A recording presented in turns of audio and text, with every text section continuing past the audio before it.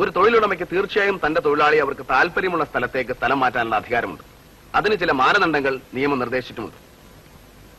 അവയെല്ലാം കാറ്റിൽ പറത്തി നിയമം സ്വന്തം താല്പര്യങ്ങൾക്ക് വേണ്ടി വളച്ചൊടിക്കുമ്പോഴാണ് അയാൾക്ക് കോടതിയെ ശരണം പ്രാപിക്കേണ്ടി വരിക.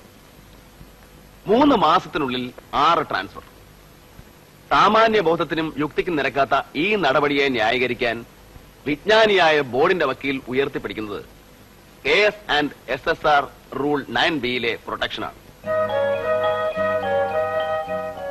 ഇവിടെ എന്റെ കക്ഷി സ്പെഷ്യൽ ട്രെയിനിങ് കഴിഞ്ഞ സബ്സ്റ്റേഷൻ മെയിന്റനൻസ് എക്സ്പെർട്ടാണ്. അദ്ദേഹത്തിന്റെ വിദഗ്ധ സേവനം 3 മാസങ്ങൾക്കുള്ളിൽ 6 സ്ഥലത്ത് വേണ്ടി വന്നിരിക്കുന്നു അത്രേ.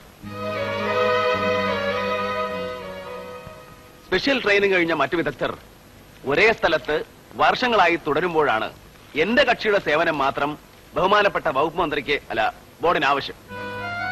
ഇത് തികച്ചും ദുരുദ്ദേശപരവും അന്യായവുമാണ്. സ്ഥലംമാറ്റത്തിന്റെ മറവിൽ എന്റെ കക്ഷിയോട് മധുരമായ ഒരു പ്രതികാരം വീട്ടുകയാണ് വകുപ്പ് മന്ത്രി.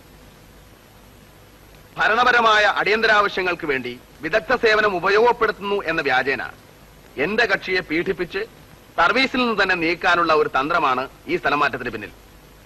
ബഹുമാനപ്പെട്ട കോടതിയുടെ ദയവുണ്ടായി ഈ കേസിന്റെ വിശദാംശങ്ങളിലേക്ക് കടക്കണമെന്ന് ഞാൻ അഭ്യർത്ഥിക്കുന്നു. That's all, my Lord.